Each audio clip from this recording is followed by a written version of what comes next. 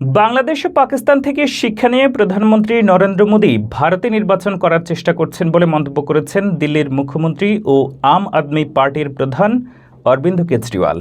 শুক্রবার 17 মে মুম্বাইয়ের বান্দ্রা কুর্লা কমপ্লেক্সে বিকেসি বিরোধী জোট ইন্ডিয়ার এক সমাবেশে বক্তৃতাকালে এই মন্তব্য করেন তিনি। খবর ইন্ডিয়া টুডের। কেজরিওয়াল বলেন, বাংলাদেশে কিছুদিন আগে নির্বাচন হয়েছে, সব বিরোধী নেতাকে গ্রেপ্তার করা হয়েছিল এবং নির্বাচনে শেখ হাসিনা জয়ী হয়েছেন।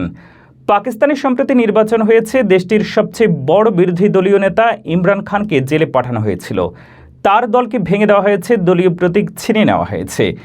এভাবে দেশটিতে নির্বাচন অনুষ্ঠিত হয়েছে। তিনি বলেন, মোদিজি নরেন্দ্র মোদী বাংলাদেশ ও পাকিস্তান থেকে শিক্ষা নিয়ে ভারতে একই জিনিস করার চেষ্টা করছেন। তারা আমাকে জেলে ভরেছিল। দিল্লির সাবেক উপমুখ্যমন্ত্রী মনীষ সিসোদিয়াকে জেলে পুরে রেখেছেন।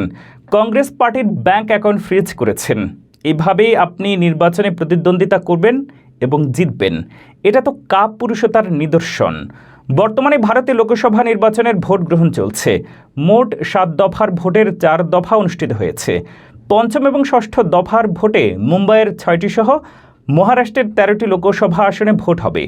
এই ভোটের মধ্যেই 50 দিন কারাবাসের পর গত 10 মে দিল্লির মদ নীতির সঙ্গে জড়িত মানি লন্ডারিং মামলার জামিনে কারামুক্ত হন কেজরিওয়াল।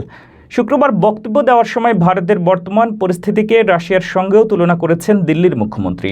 তিনি বলেন, বর্তমানে দেশের পরিস্থিতি খুবই বিপজ্জনক। পুতিন রাশিয়ার প্রেসিডেন্ট। পুতিন হয় সব প্রতিদ্বন্দ্বী নেতাকে জেলে পাঠিয়েছেন অথবা তাদের হত্যা করেছেন, তারপর নির্বাচন করেছেন এবং 87% ভোট পেয়েছেন।